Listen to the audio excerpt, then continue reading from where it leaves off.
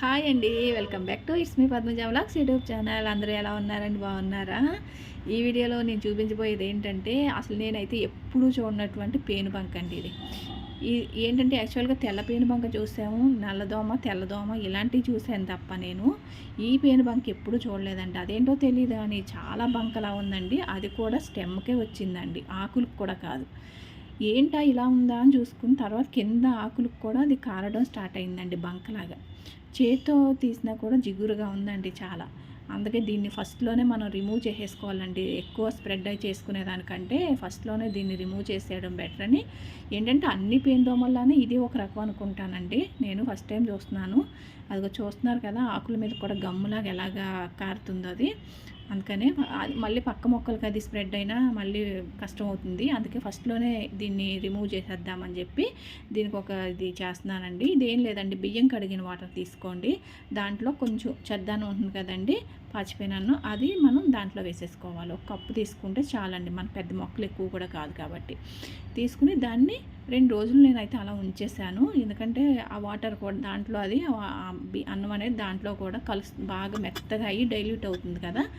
అలా చేసిన తర్వాత 2 డేస్ తర్వాత దాన్ని నేను తీసి మెత్తగా, అన్నం అంతా మెత్తగా అయిపోయింది. దాన్ని వడకట్టేసుకున్నానండి. వడకట్టుకున్నాను అంటే ఎందుకు అంటే మళ్ళీ మనం మొక్కకి స్ప్రే చేయాలి కాబట్టి స్ప్రే బాటిల్లో వేసినప్పుడు అవన్నీ అడ్డొస్తాయి కదా. అందుకని మనం వడకట్టేసుకోవడం బెటర్ అండి. అందుకే నేను వడకట్టేసి స్ప్రే బాటిల్లో పోసుకుని మిగిలినవి మొక్క మొదట్లో కూడా వేసేసానండి. అంటే అన్ని మొక్కలకి వేసేసాను. ఎందుకంటే యాక్చువల్గా నేను రెగ్యులర్గా బియ్యం కడిగిన నీళ్ళు అవి మొక్కలకే పోసేస్తూ ఉంటాను. ఇది అలాగే మొత్తం మొక్కల్లో పోసేసుకున్నాను.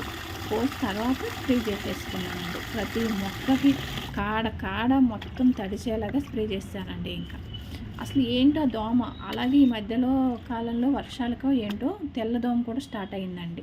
దోమ కాదండి, తెల్ల పేను కూడా స్టార్ట్ అయ్యింది చామంతి మొక్కకి, అలాగే మందార మొక్కలకి. ఎక్కువ మందార మొక్కలకే వస్తుందండి. అదేంటో చామంతి మొక్కలకు కూడా వస్తుంది, కానీ నాకేంటో చామంతి మొక్కలకి అంత ఎప్పుడు పురుగు అనేది పట్టదు. ఎక్కువ మందార మొక్కలకే వస్తూ ఉంటుంది.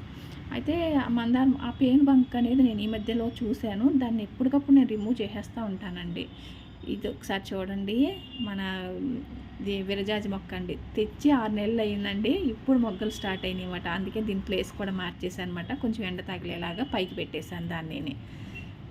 అలా నేను ఏం చేశానంటే మొక్కలన్నిటికి స్ప్రే చేసుకుంటూ వచ్చేసానండి. మొత్తం అయితే మందార మొక్క అయితే మొత్తం తడిపేశాను, స్నానం చేయించినట్టు కొట్టేసానండి మొక్క మొత్తం.